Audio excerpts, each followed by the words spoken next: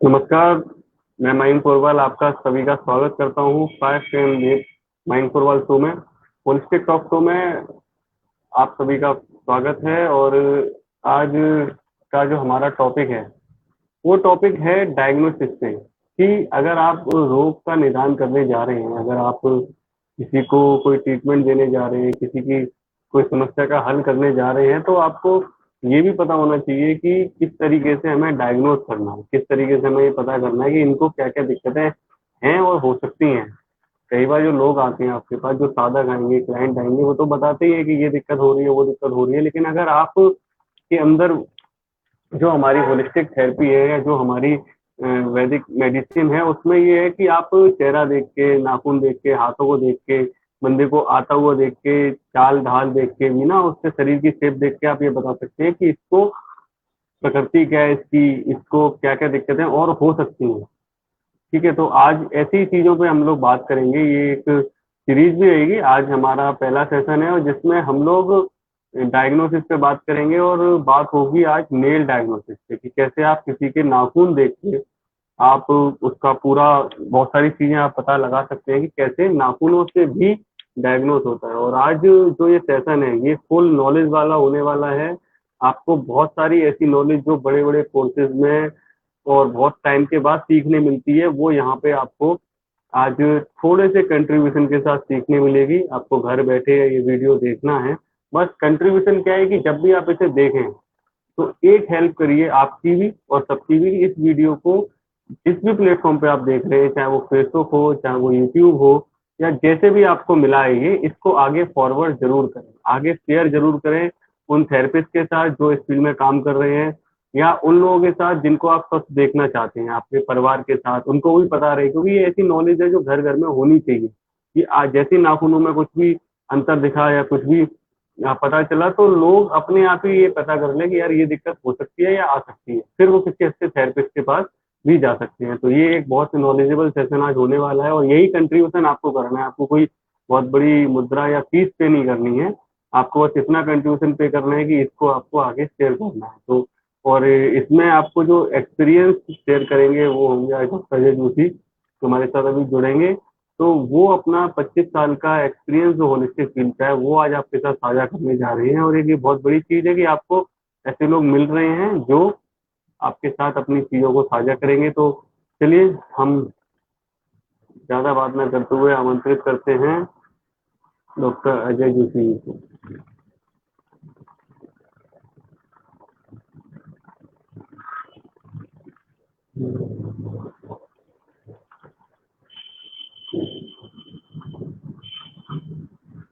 स्वागत है सर आपका।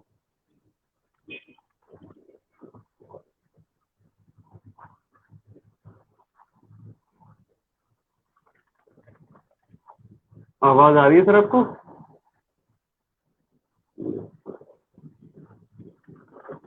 नमस्कार। नमस्कार। नमस्कार सर, स्वागत है। हमारे साथ कई सारे दर्शक जुड़ गए हैं। दीप्ति जैन गर्ग जी हैं, गुड इवनिंग। मयंक सर लिख रही हैं, गुड इवनिंग। अजय सर, सभी गुड का इवनिंग आपको भी। स्वागत और इस सेशन में बने रहिए है जी। और इसको शेयर जरूर करिए। जी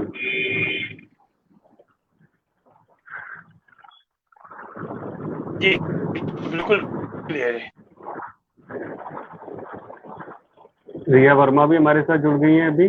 आप दोनों और जो भी लोग जुड़े हुए हैं, सबसे निवेदन है कि इस सेशन को शेयर जरूर करें अभी फेसबुक पे और आपके लोगों के साथ, तो जिससे मैक्सिमम लोग इसको देख पाएं और आप अपने साथ साथ सबका भला कर पाए। तो चलिए सर, हम स्टार्ट करते हैं कि कैसे रोग निदान में हमें परीक्षण करना है और किस तरीके से हमें डायग्नोज करना है, किस तरीके से पहचानना है कि किसी को क्या दिक्कत हो सकती है, क्या दिक्कत आ सकती है। और ये जो नाखूनों का नेल डायग्नोस है, जो इतना बड़ा एक विषय है जिसपे कई क्लासेस हो रही हैं, तो उस पर हम लोग बात करेंगे। कई हजारों रुपए की क्लासेस लोग कर रहे हैं, तो चलिए इस पर बात करेंगे। हमारे साथ आचार्य महेंद्र मुंद्रा जी भी जुड़ गए हैं नेपाल से।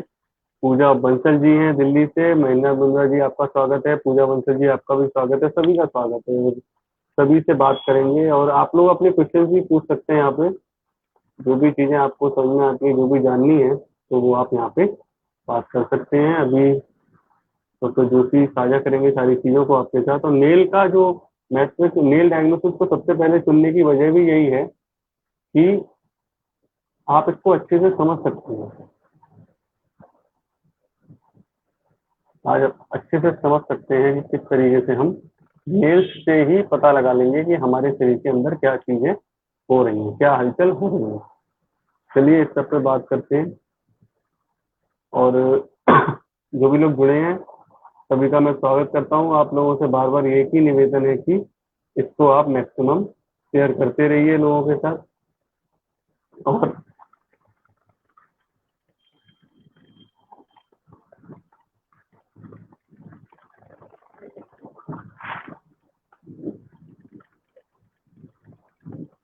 जी, छवि चौहान जी भी जुड़ते हैं। Good evening sir, good evening है। छवि जी, आपसे भी निवेदन है कि इस सेशन को शेयर जरूर शेयर करें। और एक इन्फॉर्मेशन और मैं आप लोगों को आज दे दूं कि हमारे जितने भी सेशन है हमारे यूट्यूब पे और फेसबुक पे अवेलेबल हैं, जिनको देख के आप एक बहुत अच्छा होलिस्टिक थेरेपिस्ट बन सकते हैं। तो आप सब लोग जुड़िए। स्वागत है सर। आज के विषय को स्टार्ट करते हैं कि कैसे हम अलग अलग चीजों को देख के पता लगा लेते हैं कि कैसे हो रहा है। और आप तो चेहरा देख के बता देते हैं, जैसे लोग लिफाफा देख के मजमून भाप लेते हैं ना, तो आप चेहरा देख के आप आने जाना और कई बार तो बातें पूछ के ऐसा हो रहा है क्या कि वैसा हो रहा है, तो इससे ही पता लग जाता है कि क्या चल रहा होगा किसी भी साधक के शरीर के अंदर। और क्योंकि हम लोग होलिस्टिक थेरेपिस्ट है तो हमें पता होना चाहिए कि नाखूनों को देख के क्या दिक्कत आ रही है, किसको देख के क्या, आंखों को देख के, चेहरा देख के। तो आज जो नाखूनों का है कि सबसे पहले किसी से मिलते हैं तो फर्स्ट इंप्रेशन नाखून हमें दिखते हैं। कैसे हम पता कर लगाएंगे नाखूनों से और किस तरीके से हमें करना चाहिए, इस पे बात करते हैं जी। ये तो डॉक्टर मयंक जी, सबसे पहले तो पिक्चर के जाने की 2 लाइन नाक छुपाओ कितना सकेगा, समाज के इतना गहरा, दिल की बात बता देता है असली नकली चेहरा। बिल्कुल चेहरे को बिल्कुल देख के, बिल्कुल। आंखों को देख के, बालों को देख के, दांतों को देख के, शरीर की बनावट को देख के, आदमी के चलने के तरीके को देख के हम तो यहाँ एक बिल्कुल। ध्यान रखना है कि रोग निदान चिकित्सा प्रारंभ करने से पूर्व तो रोग का यदि निदान करना है तो चिकित्सकों को रोग का परीक्षण कैसे करना है ये यदि आ गया तो रोग निदान बहुत आसान हो जाता है और एक सफल चिकित्सा कर पाना बहुत आसान हो जाता है ना। तो रोग निदान से तात्पर्य है कि रोगी और उसके रोग से संबंधित सभी तथ्यों को सामने, इसलिए एक विषय जो चिकित्सा की कसौटी पे खरा माना जाता है वो उसको इनिशियल स्टेज पे पकड़ एक चिकित्सक रोग निदान का अपना अपना तरीका है। कोई चाल देख के बताता है, कोई बात करने के ढंग से बताता है। हर चिकित्सक की अपनी, यदि हम इसको देखें तो हम यहाँ ये देखेंगे कि रोग निदान का जो तरीका है 2 श्रेणियों में हम बांट सकते हैं। पहला, रोगी से पूछताछ करके, रोगी से बातचीत करके। दूसरा, फिजिकल एग्जामिनेशन करके। और रोगी से पूछताछ करके कैसे मिलेगा उस बारे में यदि हम जाने, रोगी से पूछताछ करने का तात्पर्य ये नहीं कि रोगी की अपने को कोई खोजबीन करना है, पर रोगी अपने स्वयं के मुंह से जितना वर्णन बताएगा, है ना, तो ये चिकित्सक के ऊपर है कि वो किस प्रकार उससे उसकी बीमारी के बारे में अधिक से अधिक तथ्य सामने ला सकता है। इसलिए रोगी मतलब साधक से सदैव विनम्रता से, अपनत्व से बात करे और निसंकोच वर्णन प्रस्तुत कर सके, है ना। पूछताछ करने का ढंग इतना आसान हो, KISS, keep it simple and sweet, है ना। पर इस बात का ध्यान रखना है कि हमको निम्न बातें मालूम पड़ जाए। निम्न बातें जो आगे बात करने जा रहा हूं, सबसे पहले उससे पूछना है आपका नाम क्या है।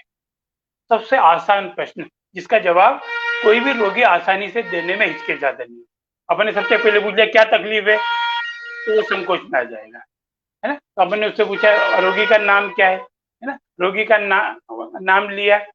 फिर रोगी की उम्र क्या है, रोगी की उम्र जानने से क्या है, उसकी प्रकृति, प्रवृत्ति के बारे में मालूम पड़ता है ना। अब रोगी की उम्र में सबसे पहली जो उम्र आती है बाल्यावस्था की प्रथम स्थिति। बाल्यावस्था की प्रथम स्थिति मतलब नवजात शिशु, जो बच्चा अभी अभी जन्म लिया है, वो इसी श्रेणी में आता है। इस स्थिति में होता है क्या, उसके आगे के दांत निकलते हैं। ये स्थिति बहुत ही सेंसिटिव होती है, क्योंकि इस समय इनके जो ऑर्गन्स होते हैं बहुत कमजोर होते हैं, सर्दी गर्मी जल्दी लग जाती है, मौसम परिवर्तन का असर बहुत आसानी से मालूम पड़ता है। तो ये जो स्थिति है आयु की, बाल्यकाल की प्रथम अवस्था, इसमें हमको ये उम्र में फायदा मिलता है। फिर आती है बाल्यावस्था की दूसरी स्थिति। बाल्यावस्था की दूसरी स्थिति मतलब ये स्थिति होती है 7वें वर्ष तक रहती है। इस समय में क्या है, जितने हमारे ऑर्गन्स है वो भी वीक होते हैं, स्नायु कमजोर होते हैं, अंगों में सूजन, श्वास प्रश्वास, मस्तिष्क संबंधी बीमारियां, इनका भय अधिक होता है। एज में यदि थर्ड स्टेज में आते हैं तो बाल्यावस्था की तीसरी स्थिति। बाल्यावस्था की ये जो स्थिति रहती है ये 14 वर्ष तक रहती है। इसमें बालक के जो होते हैं सेल या ऑर्गन बाहरी दबाव सहन करने के योग्य हो जाते हैं। फिर जो स्थिति बनती है यौवन प्राप्ति की पहली अवस्था, यानी हम बचपन से जवानी की ओर जा रहे हैं, ये स्थिति होती है। ये स्थिति 25 वर्ष तक की उम्र को माना गया है। इस समय तक शरीर पर्याप्त पुष्ट हो जाना चाहिए, है ना। जो व्यक्ति बाल्यावस्था में रोग से पीड़ित रहा होगा वो इस अवस्था में कमजोर महसूस होगा। हमको बाल्यावस्था की 3 अवस्था देखी, फिर यौवन की शुरू की अवस्था, फिर हम देखेंगे पूर्ण यौवन की स्थिति। पूर्ण यौवन की स्थिति होती है 25 से 45 वर्ष तक माना गया है एज। इस समय की गणना करते समय उसकी हैबिट्स, है ना, रहन सहन, जलवायु आदि पे विचार किया जाता है। तो जब हमको आदमी की उम्र मालूम पड़ जाए, है ना, फिर आती है ढलती हुई उम्र।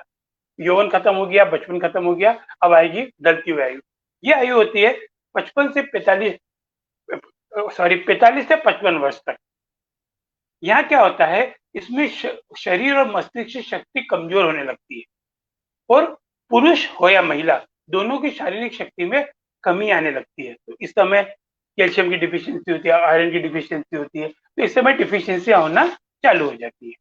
इसके बाद ढलती हुई उम्र का नेक्स्ट स्टेप आता है, वो आता है 50 से 60 वर्ष की उम्र से शुरू होता है। व्यक्ति अपने आप को कमजोर महसूस करता है, शारीरिक शक्ति कमजोर हो जाती है, आंखों से कम सुनाई देना, कान से कम सुनाई देना, आंखों से कम दिखाई देना, जो जोड़ों में दर्द, ये सुनाई पड़ने लगता है। तो ये हमने देखा उम्र के हिसाब से। अब हम देखें मेल फीमेल के हिसाब से, तो हमको पुरुषों का इतिहास लिखते में, पुरुषों की जब अपन हिस्ट्री ले रहे हैं डिटेल, तो उस समय हमको उसकी शक्ति, दृढ़ता, ब्लड सर्कुलेशन की क्रिया का विवरण लिखना चाहिए। वे किन किन रोगों से पीड़ित हुए हैं, उनके वृद्धि या कमी के कारणों का वर्णन भी लिखा जाता है कि आपको क्या लेने से रोग बढ़ा या कम हुआ, उसको वर्णन करना है।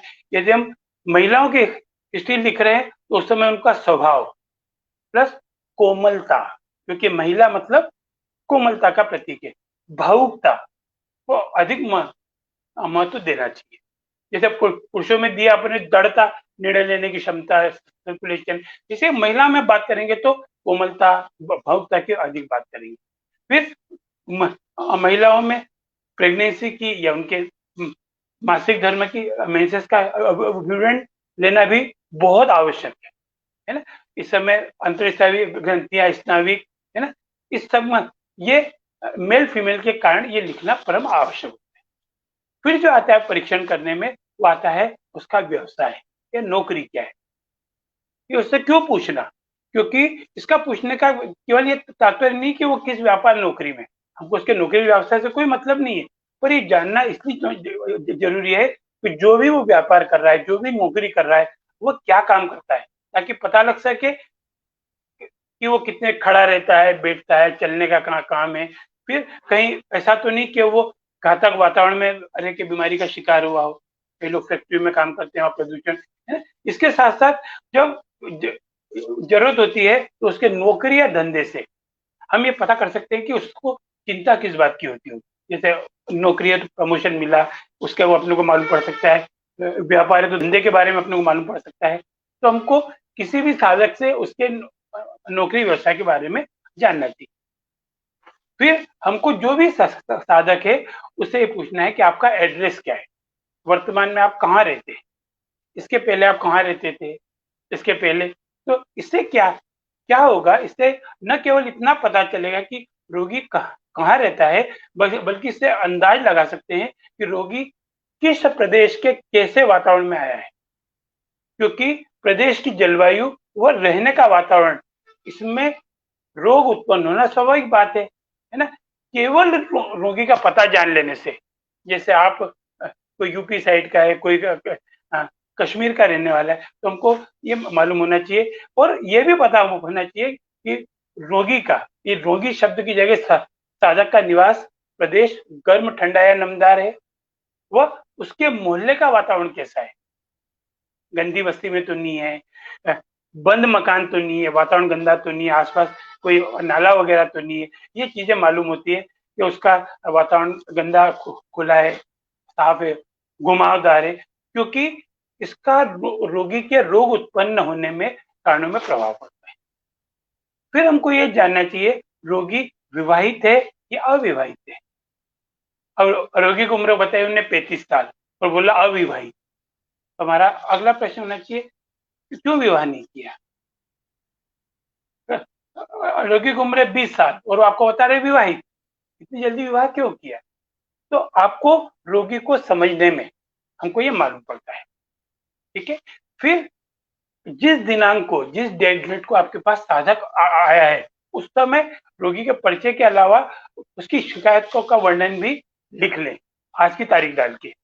फिर चिकित्सक की कुशलता इसमें है कि वो अधिक से अधिक वर्णन साधक के मुंह से ही निकलवाए,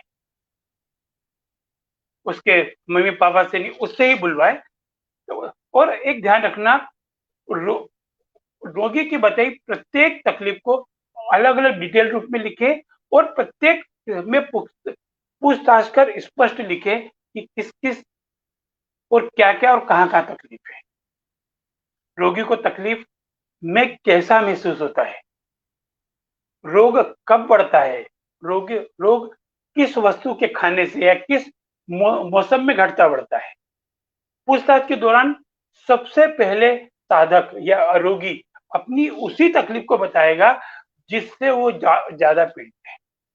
अब जैसे कोई आया, उसके बाल भी झड़ते हैं, माथा भी दुखता है, अपेंडिक्स भी है, तो सबसे पहले वो अपेंडिक्स के बारे में बताएगा, क्योंकि जिसकी तकलीफ ज्यादा होगी उसको हमको ये, इसके पश्चात उसके अन्य तकलीफों के संबंध में वर्णन करता है, जो कि वो केवल अपनी संतुष्टि के लिए बता रहा है, पर मेन रोग उसने आपको बता दिया है। वो चिकित्सक को धीरे धीरे रोग का पूर्ण परिचय बताएगा, उसका कम होने ज्यादा का बताएगा, ग्रहण काल बताएगा। एक बहुत अच्छा शब्द है चिकित्सा में, ग्रहण काल, कब रोग बढ़ता है। तो इससे हम क्या कर सकते हैं, उसका हम एक रिकॉर्ड बना के उसका इलाज कर सकते हैं, है ना। रोगी का इतिहास हमने जान लिया, उसके बाद ये भी उसको जान लेना है कि रोग की शिकायत रोगी को कब अनुभव हुई और किस हालत में शुरू हुई। जैसे मैं बॉम्बे गया, समुद्र के पानी में गिला हुआ, वहां से शुरू हुई, मैं वैष्णो देवी गया, ऊपर से नीचे उतरा, तब शुरू हुई। तो इससे क्या होगा, ऐसा कोई कारण स्पष्ट होगा जिससे रोग उत्पन्न हुआ है। इस प्रकार हम सामान्य तथ्यों की पूछताछ कर सकते हैं, है ना। तो पहला हमको ये जानना है रोग के प्रारंभ होने का समय, रोग कब शुरू हुआ, रोग किस स्थिति में किस प्रकार शुरू हुआ, फिर संभव कारण जिससे कि रोग उत्पन्न हुआ या कोई विशेष घटना, कोई दुख की घड़ी, कोई अच्छी घड़ी, वो देखना है अपने को। रोग शुरू होने के दिनांक से आज तक किस किस प्रकार के उपद्रव हुए या परिवर्तन हुए, रोग घटा बढ़ा, है ना, इसके बारे में हमको जानकारी लेना है। रोगी ने रोग शुरू होने के डेट से आज तक क्या क्या इलाज कराया, उससे इस बात का सही अंदाज लग जाता है कि रोग की जो आज परिवर्तित स्थिति है वो किन किन औषधियों के प्रभाव से हुई है। चाहे अच्छा हुआ है तो किस औषधि से हुआ है, और नुकसान हुआ है तो किस औषधि से हुआ है, और मूल रोग क्या कर रहा होगा ये हमको मालूम पड़ जाता है, या किस औषधि विशेष से मूल रोग उत्पन्न हुआ होगा।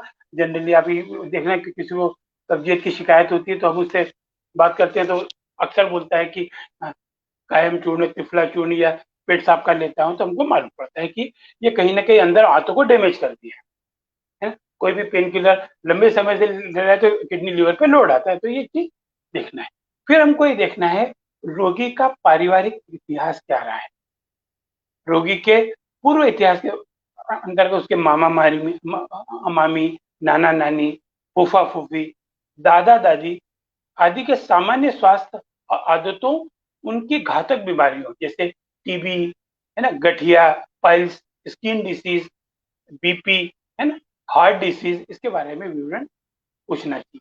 तो हमको इससे मालूम पड़ता है कि इसकी बड़ी टेंडेंसी क्या होता है। इस प्रकार इस संबंध में है ना कुछ चीजें पूछना चाहिए, है ना। सबसे पहले तो ये पूछना है माता पिता भाई बहन, बीवी या पति अगर शादीशुदा है तो, है ना, कितने बच्चे हैं और कितने जिंदा हैं। ठीक है, यदि जिंदा है तो उनकी इस समय उम्र क्या है। जैसे आपके माता पिता, आप कितने भाई बहन हो, हाँ अभी सब हैं, कितने उम्र के हैं, उनका स्वास्थ्य कैसा है, और स्वास्थ्य ठीक नहीं है आपको एक ही लाइन में नहीं पूछ रहे हैं कि उनका स्वास्थ्य कैसा है और उनको रोग क्या क्या है, नहीं, उन सबका स्वास्थ्य कैसा है। तो रोगी खुद बताएगा कि उसमें से इनका स्वास्थ्य गड़बड़ है, इनका, सबका स्वास्थ्य अच्छा है। हमें ये जानना है कि जो भी हैं उनके भाई बहन, वो उम्र क्या है, उनका स्वास्थ्य कैसा है, और किस रोग से पीड़ित यदि रोगी है तो। अब यदि वो ये बताते हैं कि नहीं इसमें से एक की मृत्यु हो गई, तो यदि मृत्यु हो चुकी है तो किन कारणों से मृत्यु हुई है और किस उम्र में मृत्यु हुई है ना, तो हमको यहाँ फैमिली हिस्ट्री में मालूम पड़ता है। ऐसे किसी जन्मजात का इतिहास, हिस्ट्री, जो कि पूर्वजनों से चला आ रहा हो, है ना, पारंपरिक चला रहा हो, आपके नॉलेज में हो तो, है ना, तो इससे होगा क्या, रोगी का पर्सनल हिस्ट्री हमको मिल जाएगी और ये जानकारी को सफलता की ओर बहुत ज्यादा। रोगी का यदि निवास स्थान यदि है या खुला साफ सुथरा है ना, किस मोहल्ले में बसा है, घना बसा हुआ, ये हमको जानना चाहिए। रोगी रोगी या साधक जिस वातावरण में काम करता है वो किस प्रकार का है ना।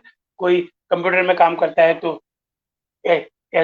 एसी में काम करता है कि नॉन एसी में काम करते हो, फैक्ट्री में काम कर रहा है तो, है ना, है ना, वो जहाँ काम कर रहा है वहां का वातावरण कैसा है, रोगी की मानसिक अवस्था कैसी है ना, उसकी किस वस्तु में अधिक रुचि है या अरुचि है, क्या चीज पसंद है क्या नहीं पसंद है, भोजन किस प्रकार का पसंद करता है, कपड़े किस प्रकार के पसंद करता है, रोगी का शौक क्या है, शौक मतलब इंजॉय अच्छा किस में लगता है, किस चीज का नशा करता है। अभी नहीं पूछना किस चीज का नशा करता है, कोई चाय कॉफी वगैरह कोई नशा करता है क्या, इसके बारे में देख लिया। रोगी आलसी है या क्रियाशील है, रोगी उदास रहता है या खुश रहता है, रोगी किसी बात से भयभीत तो नहीं है, किसी जीव जानवर से डर तो नहीं लगता है, तो कोई बोलेगा छिपकली से डर लगता है, काकरोच से डर लगता है। तो हम यहाँ हमारी जो एरोमा थेरेपी है, दूसरी थेरेपी है जो लक्षणों पर आधारित है, उनका भी ट्रीटमेंट दे सकते हैं। फिर हमको रोगी की माली हालत कैसी है, फाइनेंशियल स्टेटस कैसा है, क्यों, उससे हमको ये पता लगता है कि वो अच्छा पौष्टिक आहार ले रहा है या कचड़ा मचड़ा खा रहा है, उसका रहन सहन साफ सुथरा है कि नहीं, ये हमको मालूम पड़ता है। रोगी का शरीर का कोई पार्ट सेंसिटिव तो नहीं है, कहीं हाथ लगाने से कोई, किसी किसी को कहीं हाथ लगा करंट लगता है, कहीं गुदगुदी बहुत चलती है, तो हमें ये मालूम, उनकी स्थिति में मालूम होना चाहिए कोई पार्ट सेंसिटिव तो नहीं है। फिर रोगी को शराब, तंबाकू या अन्य किसी नशीले पदार्थ के सेवन करने की हैबिट तो नहीं है। कई लोगों की हैबिट, हाँ नहीं अभी हैबिट नहीं, पर मैं 3 साल पहले लेता था, है ना। फिर रोगी जो है साधक शारीरिक थकान का अनुभव करता है या मानसिक, कई लोग बोले मेंटल बहुत थक जाते हैं, फिजिकल बहुत थक, है ना। रोगी के पास्ट में, है ना, किसी प्रकार का रोग रहा हो, जैसे गठिया, है ना, वात ज्वर, माथा निकली हो, हार्ट डिसीज हुआ हो, बीपी हुआ है, यदि कोई रोग हुआ है तो रोगी कितने समय तक पीड़ित रहा, ये हमको हिस्ट्री में लेना चाहिए। महिलाओं में मेंसेस, मासिक साइकिल कितना है, प्रेगनेंसी है ना, फिर उनका जो योनि में अन्य प्रकार के कष्ट मालूम होना चाहिए आपको, है ना। फिर किसी प्रकार का वर्णन जो रोगी के साथ घटित हुआ हो, है ना, कोई एक्सीडेंट हुआ हो या जॉब बदला हो, फिर किसी स्थान की जलवायु, मिट्टी, नदियां, समुद्र, पहाड़ों की स्थितियों में भी कभी कभी बीमारियां हो जाती है। जैसे एक जगह है लाडनू, राजस्थान में लाडनू जगह, वहां के पानी में ऐसा कुछ है कि वहाँ स्किन डिजीज बहुत होती है। तो ऐसे हर हर जगह की अपनी जलवायु का अपना एक स्वभाव होता है, तो हमको ये स्थान से मालूम पड़ता है। अब हम बात करते हैं रोगी की प्रकृति। अब प्रकृति की बात करना है तो उक्त सभी सभी पूछताछ कर लेने के बाद हमें प्रकृति का ज्ञान हो जाना चाहिए। ये बहुत आसान हो जाता है। एक व्यक्ति अपनी निजी प्रकृति को पहचान जाता है ना। चिकित्सा में प्रकृति जान लेना बहुत जरूरी है। किसी भी रोगी की प्रकृति का ज्ञान जान के हम रोग को कैसे खत्म कर सकते हैं। प्रकृति की बात, यहाँ आयुर्वेद बांटते हैं 3 भागों में, वायु, पित्त, कफ। पर यहाँ मैं आयुर्वेद की बात तो करूंगा ही, साथ में समग्र चिकित्सा की बात कर रहा हूँ, क्योंकि जो आप सामने साधक लोग बैठे हैं, ये सभी चिकित्सा के मर्मज्ञ लोग बैठे हैं, तो मैं ये मान के बात कर रहा हूँ। तो यहाँ प्रकृति को मालूम हो गया तो हम समूल नष्ट कर सकते हैं। तो सबसे पहली जो आती है ना, ब्लड अधिकता की प्रवृत्ति। ऐसे लोग जिनमें पर्याप्त ब्लड होता है, इस प्रकृति के लोग हष्ट-पुष्ट और क्रियाशील मिलते हैं। इनकी नाड़ी तेज और भरी हुई होती है ना। और इस प्रकृति के व्यक्ति इन्फ्लेमेटरी रोगों के शिकार देखे जाते हैं। फिर जो आती है प्रकृति, आती है अशक्त प्रकृति, है ना। इस स्वभाव के जो प्रकृति के जो व्यक्ति होते हैं बहुत कमजोर होते हैं। थोड़ा सा काम किया, थोड़ा सा परिश्रम किया और थक जाते हैं, नाड़ी सुस्त और कमजोर हो जाती है। इस प्रकृति के जो लोग होते हैं ये आसानी से रोग का शिकार हो जाते हैं। अगली जो प्रकृति है वो है पैत्तिक प्रकृति, है ना। पैत्तिक मतलब पित्ताशय और लीवर की समस्या, लीवर फैटी हो रहा है ना। इस प्रकृति के व्यक्तियों की स्किन आपको पीली स्किन मिलेगी और इनको लीवर के रोग रहेंगे। इनसे यदि बात करोगे तो ये खाना खाने के बाद फ्रेश होने की के बारे में बात करेंगे, हाँ फ्रेश होने जैसा लगता है ना। तो और जिसका लीवर खराब हो गया उसका पूरा रूटीन खराब हो जाता है। यदि मैं और प्रकृति की बात करूं तो यह कुछ प्रकृतियां मेरे पास है। अधैर्य प्रवृत्ति, अधैर्य प्रवृत्ति, इनको धीरज नहीं, हर चीज में जल्दी जल्दी जल्दी जल्दी है ना, ये चीज रहती है। फिर होती है मोटी प्रवृत्ति, जिनका स्थूल शरीर है। एक होती है दुबला पतला, दुबली प्रवृत्ति, कुछ भी खाएं है ना दुबले ही रहेंगे, है ना। कितना भी कम खाएं मोटे ही रहेंगे, मोटे होने की प्रवृत्ति, दुबला होने की प्रवृत्ति। फिर एक होती है खाज खुजली की प्रवृत्ति, ये लोग स्किन डिसीज वाले होते हैं। और ये लोग वो होते हैं जो मीठा बहुत पसंद करते हैं, सेव नमकीन बहुत पसंद करते हैं। तो ऐसी प्रकृतियां हैं।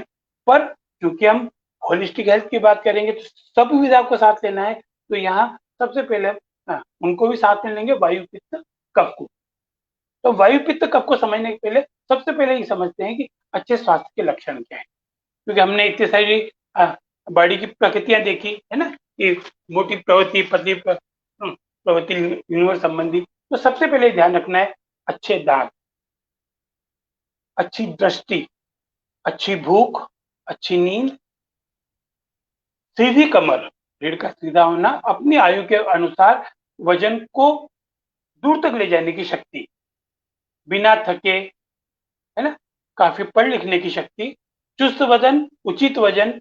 उचित वजन में हमेशा ही ध्यान रखना मोटा नहीं, पतला नहीं, उचित वजन।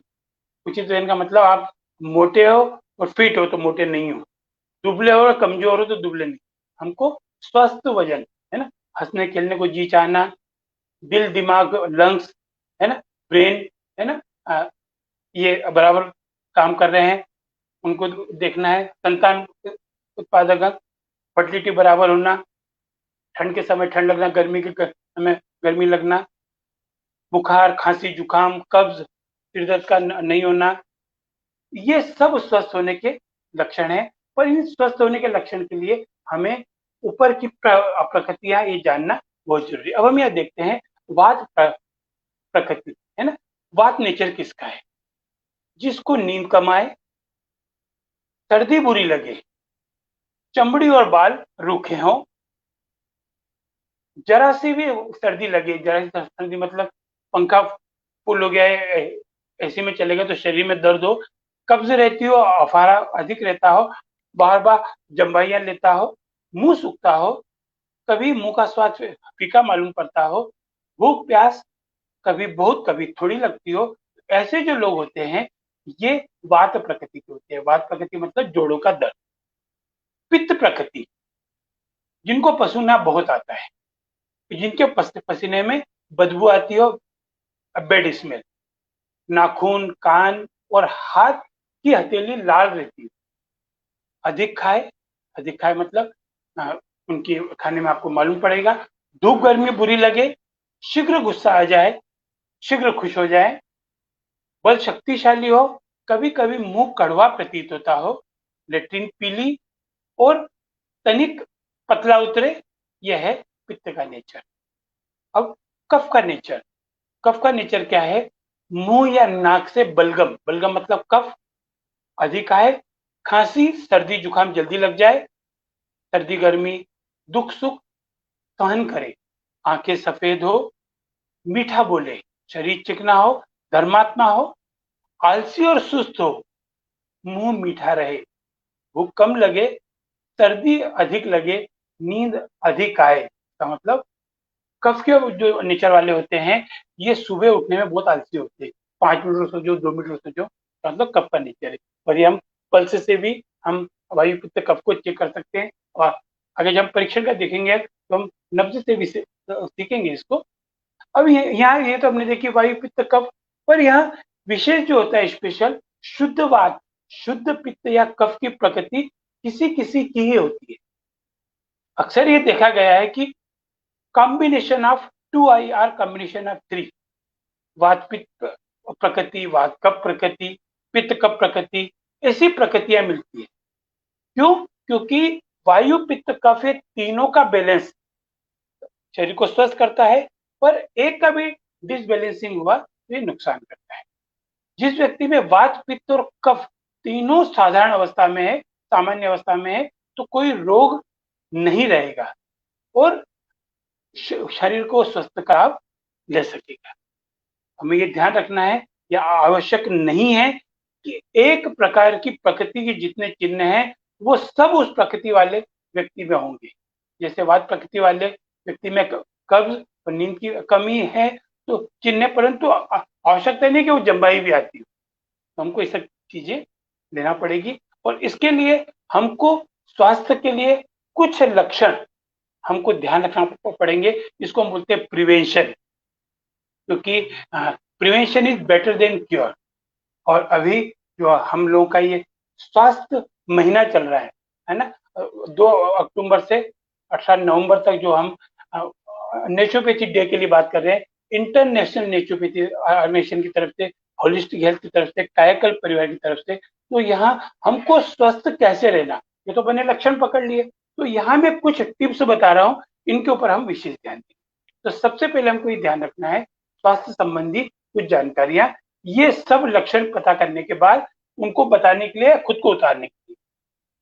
90% रोग केवल पेट से होते हैं। पेट में कब्ज नहीं रहेगी तो रोग कभी नहीं रहेंगे। तो क्या करना है?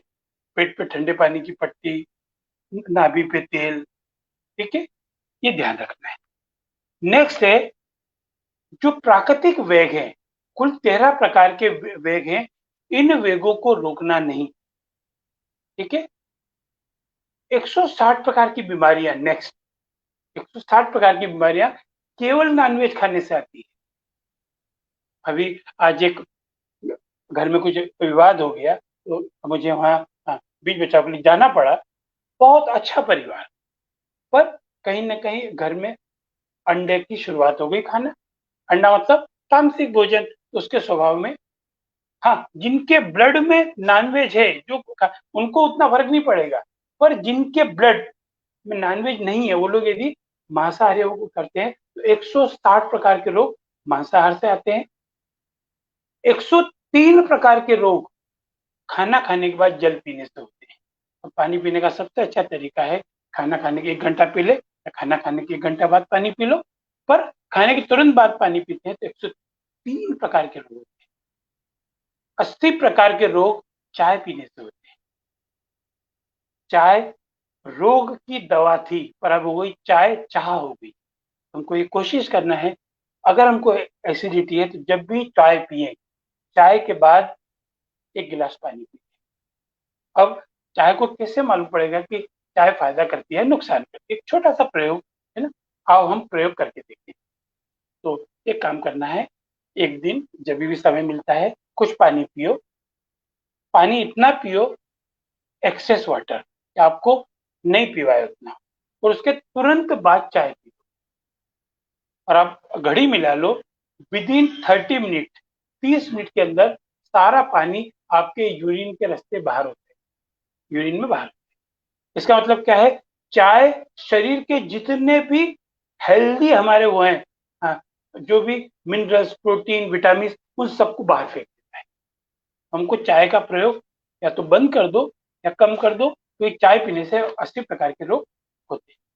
48 प्रकार के रोग एल्यूमिनियम के बर्तन या कुकर के खाने से। पहले के समय में हमारी मातृशक्ति पीतल की तपेली में या मिट्टी के मटके में दालें उबालती थी, वो कभी गैस नहीं करती थी। पर अभी वो क्या रहा है, 48 प्रकार के रोग है ना, जिनको काला पानी की सजा मिलती थी या मौत की सजा मिलती थी अंग्रेजों के समय में, उनको एल्यूमिनियम के बर्तन में पका हुआ खाना दिया जाता था, एल्यूमिनियम के बर्तन में खाना दिया जाता था, ताकि वो पॉइजन हो जाए। और आज हो क्या रहा है, हर घर में हम देख रहे हैं कहीं ना कहीं एल्यूमिनियम का प्रयोग बढ़ रहा है, प्लास्टिक का प्रयोग बढ़ रहा है। फिर शराब, कोल्ड ड्रिंक और चाय का सेवन हार्ट डिसीज लाता है। शराब हो, कोल्ड ड्रिंक हो या चाय, है ना। और शराब और कोल्ड ड्रिंक का तो नहीं बोलता मैं, पर चाय यदि हम गर्म प्लास्टिक में पी रहे हैं, प्लास्टिक के जो होते हैं ना कप, उसमें यदि गर्म चाय पी रहे हैं तो ये कैंसर भी कर रहा है। हमको ये ध्यान रखना है कि शराब, कोल्ड ड्रिंक से हमको अपने आप को बचाना है। फिर एक खाने से हार्ट डिसीज होती है, स्टोन होता है और किडनियां खराब, है ना।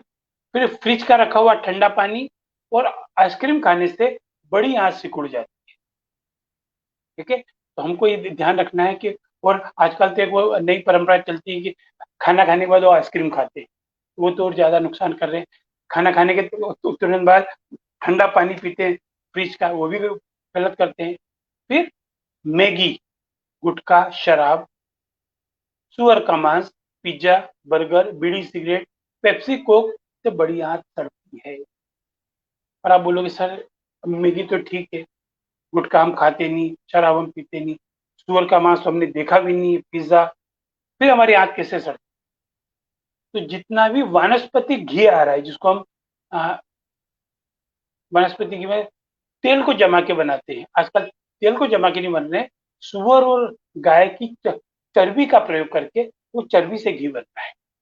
और अभी हाँ, कई उसमें ऐसे शुद्ध घी की फैक्ट्रियां पकड़ाई है, जो चर्बी से घी बना के उस पर शुद्ध का लेवल लगा के दे। हमको ये कोशिश करना है, घी खाना है तो अपने आसपास के परिचित डब्बा बंद खाना बंद करो। जो आपके आसपास जो भी दूध वाला है परिचित है, उनसे घी लेके आओ आप। और यदि हमें वनस्पति घी तो नुकसान करता, बहुत नुकसान। फिर भोजन के पश्चात स्नान करने से पाचन शक्ति वीक हो जाती है। तो खाना खाने के, है ना, ऐसे तो स्नान करने का सबसे सबसे समय सुबह का है। फिर भी यदि हमको बाहर से हमको थक पच के आए और हमें भोजन करना है तो स्नान करके, है ना, खाना खाने के पहले स्नान वाली जैसे मुहूर्त होकर हमको करना चाहिए। फिर बाल डाई करना। बाल डाई करने वाले जो है हेयर कलर है, ये आंखों में है ना रोशनी कम करते हैं, क्योंकि इनके अंदर जो फ्यूम होता है वो फ्यूम बहुत नुकसान करता है, तुमको इससे बचना है। फिर दूध या दूध से बनी चीज के साथ नमक या नमकीन पदार्थ खाने से स्किन डिसीज होती है। फिर से रिपीट कर रहा हूँ, दूध या दूध से बनी चीज, दूध की मिठाइयाँ भी आ गई इसमें, चाय कॉफी भी आ गई, के साथ नमक, नमकीन पदार्थ, शक्करपारे, मीठे, नमकीन बिस्किट, जनरली यही टेबल पे आते हैं। मठरी आ गई, शक्करपारे आ गई, इसमें नमक है, तो दूध चाय के साथ मत लो, स्किन डिसीज होगी। ठीक है। शैम्पू, कंडीशनर और अलग अलग प्रकार के तेल, ये बालों को नुकसान करते हैं। तो हम शैम्पू जो हमारा चल रहा है, कंडीशनिंग चल रहा है, बार बार तेल नहीं बदलना, बार बार नहीं बदलना। और सबसे बड़ा जो नेचुरल कंडीशनिंग है, नेचुरल जो शैम्पू है वह है यदि हम मिट्टी से स्नान करते हैं, मिट्टी से बालों को धोते हैं। पर मैं नहीं बोलता मिट्टी से धो, क्योंकि आजकल के हमारे रहन सहन या हमारे जो उसमें मिट्टी से बाल धोने में समस्या हो सकती है, तो शैम्पू कंडीशनर को बार बार नहीं बदले, तेल को बार बार नहीं बदले। फिर गर्म जल से स्नान से शरीर की इम्यून सिस्टम कम हो जाती है, वो शरीर कमजोर हो जाता है। गर्म जल को यदि सिर पे डालेंगे तो आंखें कमजोर हो जाती है। तो हमें गर्म जल से नहीं नहाना है, यदि ठंडे तो कुनकुने से नहा लो, है ना। और यदि कोई हाथ पैर में दर्द है तो थोड़ा गर्म से फिर से शुरू करो, आखिरी में ठंडा होना चाहिए, ध्यान रखना। फिर आजकल मार्केटिंग में और बहुत सारी चीजों में लोग टाई बांधने का चलन बढ़ रहा है, तो टाई बांधने से आंखों की और मस्तिष्क की हानि पहुंचती है। टाई जो हम बांधते हैं ना, एक तो ये बंद कर लिया और ऊपर से ये टाइट कर दिया, तो कहीं ना कहीं आंखों को और मस्तिष्क को हानि पहुंचती है। सेम कंडीशन अभी है मास्क पे मास्क पहनने से। एक मास्क पहन लिया, ऊपर से दूसरा मास्क पहन लिया, इससे भी आंखों की और मस्तिष्क की कमी होती है, ऑक्सीजन मस्तिष्क में नहीं पहुंच पाता। खड़े होकर पानी पीने से घुटनों की, जोड़ों की तकलीफ आती है। इनके भी पेट बड़े हुए हैं, है ना, वो खड़े होकर पानी पीना अवॉइड करें। खड़े होकर मूत्र त्याग करने से रीढ़ की हड्डी को नुकसान पहुंचता है, तो यथासंभव बैठ के ही यूरिन पास करना चाहिए। भोजन के साथ नमक, ऐसे सफेद नमक सफेद जहर माना गया है ना। सफेद नमक मतलब सोडियम क्लोराइड, NaCl, तरीके से सेंधा या काला नमक खा सकते हैं। पर भोजन पकने के बाद यदि उसमें नमक डालेंगे तो ब्लड प्रेशर बढ़ेगा। हमें ध्यान रखना है, भोजन पकने के बाद हमको वो नहीं करना है।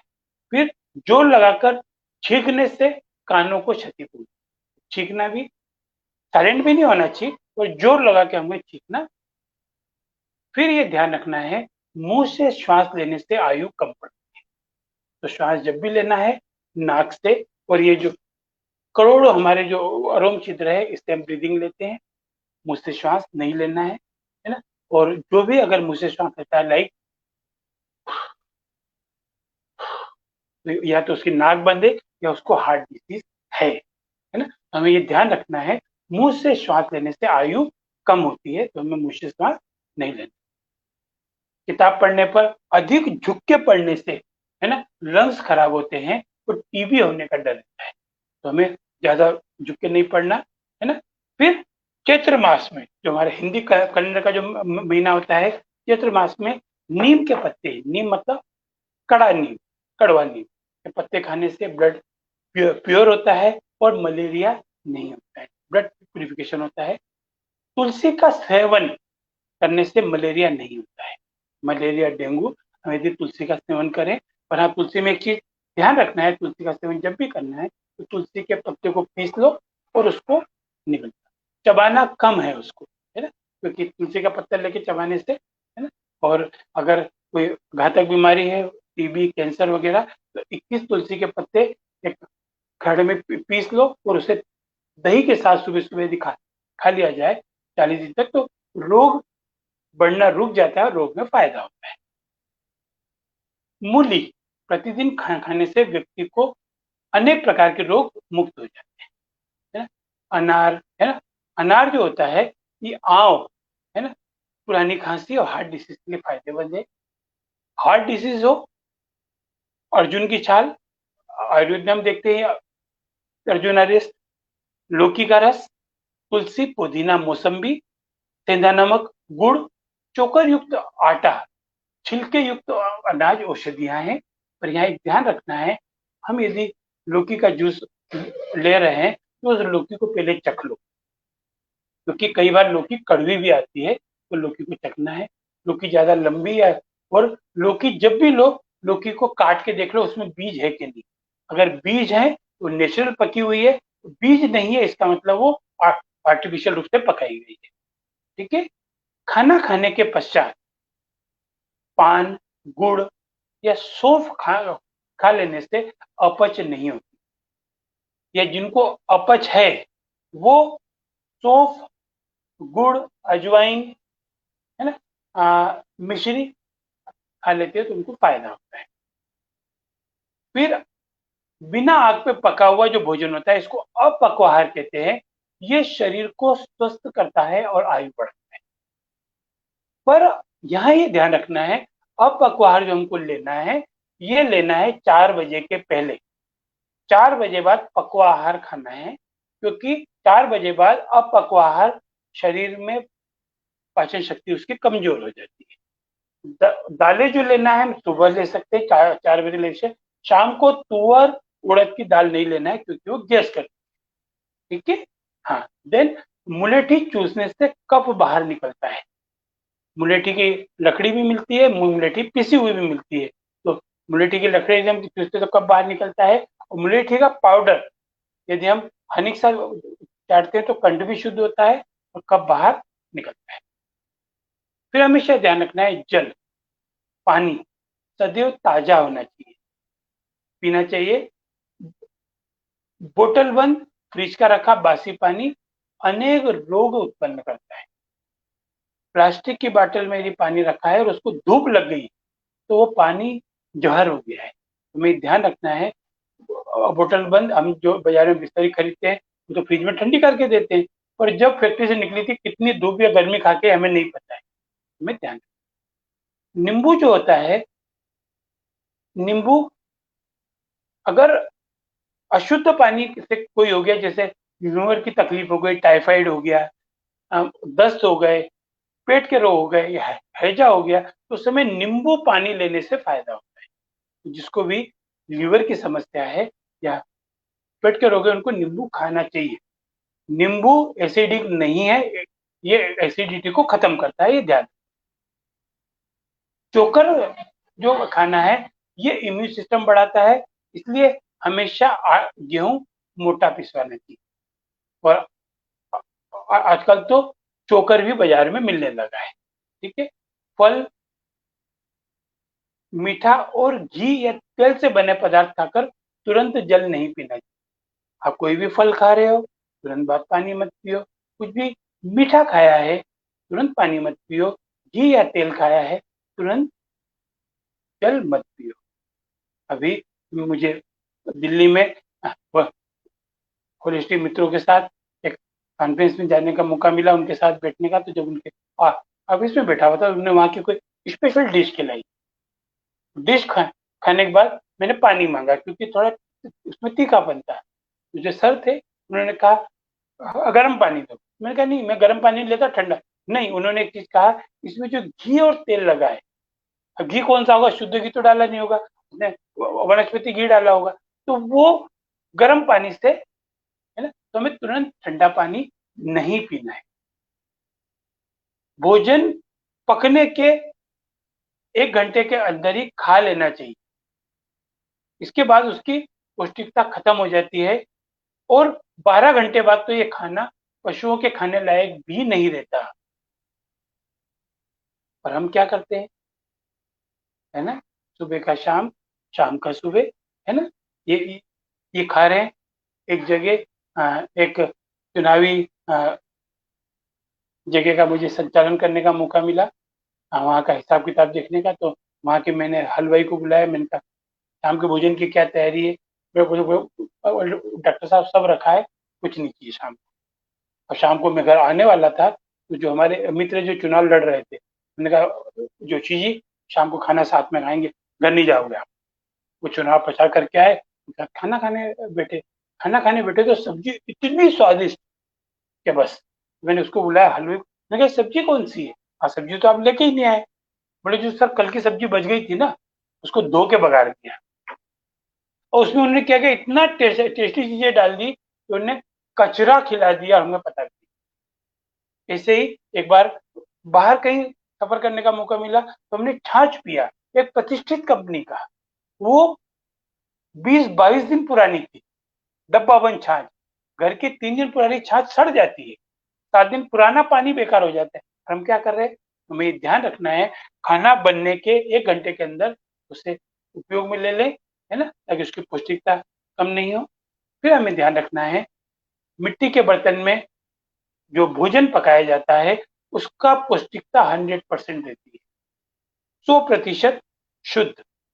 कांसे के बर्तन में जो पकाया जाता है वो 97% होता है, पीतल के बर्तन में 93, एल्यूमिनियम और प्रेशर कुकर में जो हम बनाते हैं उसमें पौष्टिक तत्व 10% ही बचता है।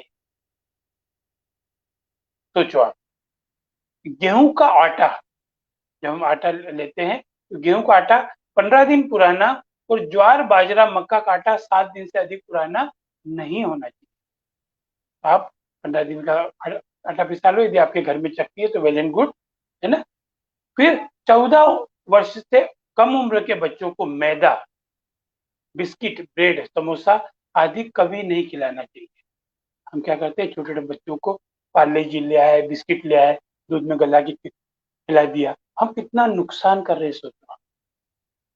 हम अपनी बचत कर रहे हैं कि यार बच्चा दलिया नहीं खा रहा है, रोटी नहीं खा रहा है, 2 साल का है, 3 साल का, तो 14 साल छोटे बच्चों को बिस्किट वगैरह नहीं देना है। खाने के लिए जैसे मैंने बताया सफेद नमक से बचना है, सेंधा नमक सर्वश्रेष्ठ है।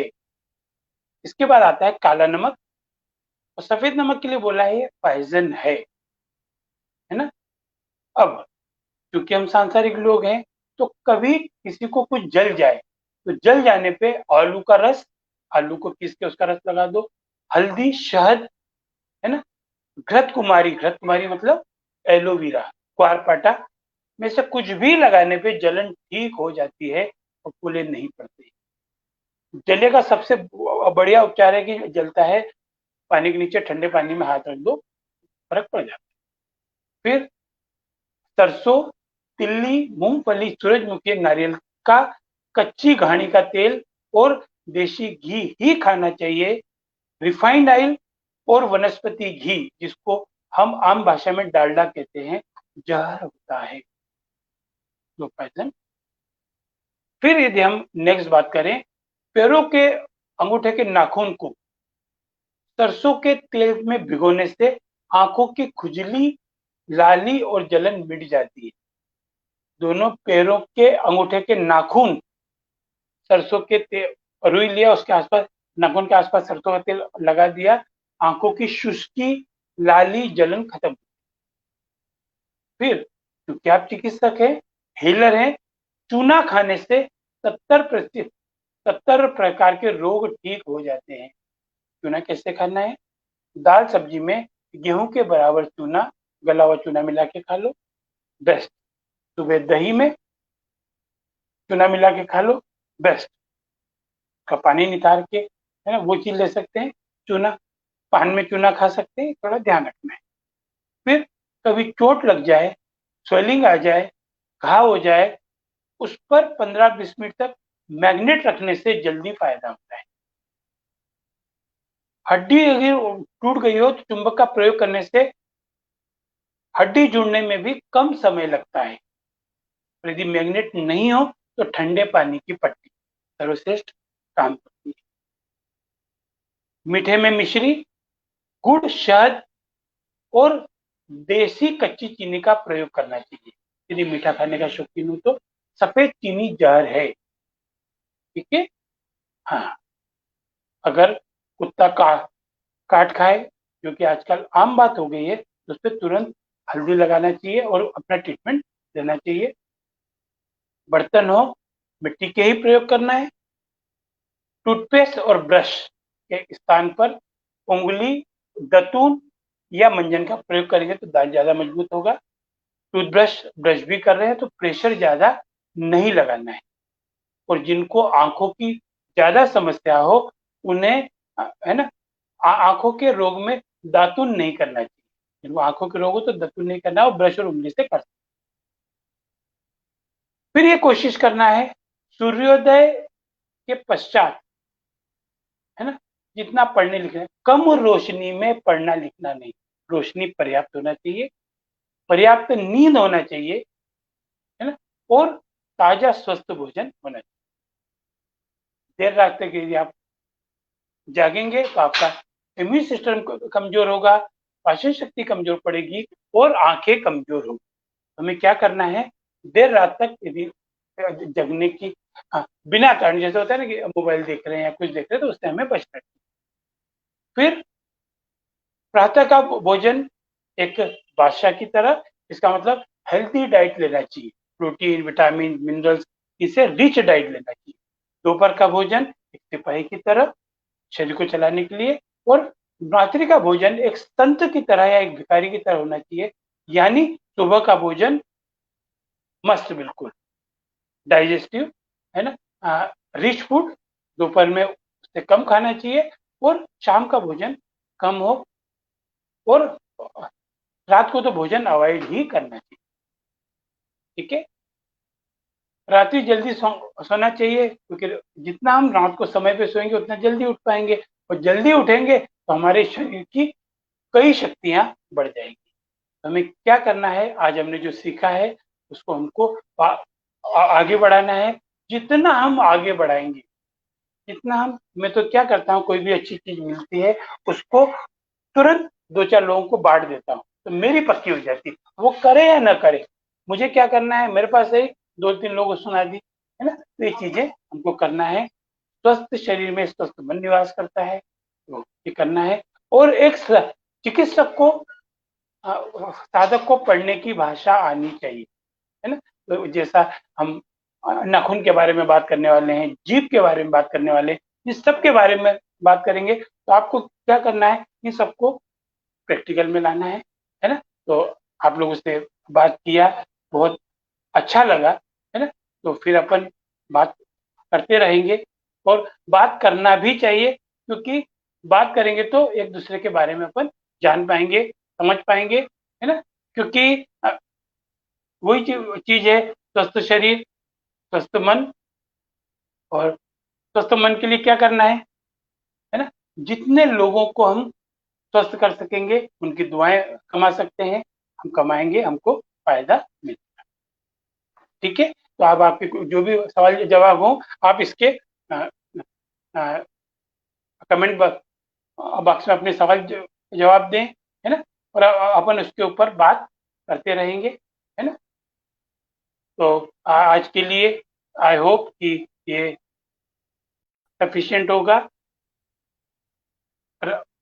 रहा होगा, है ना।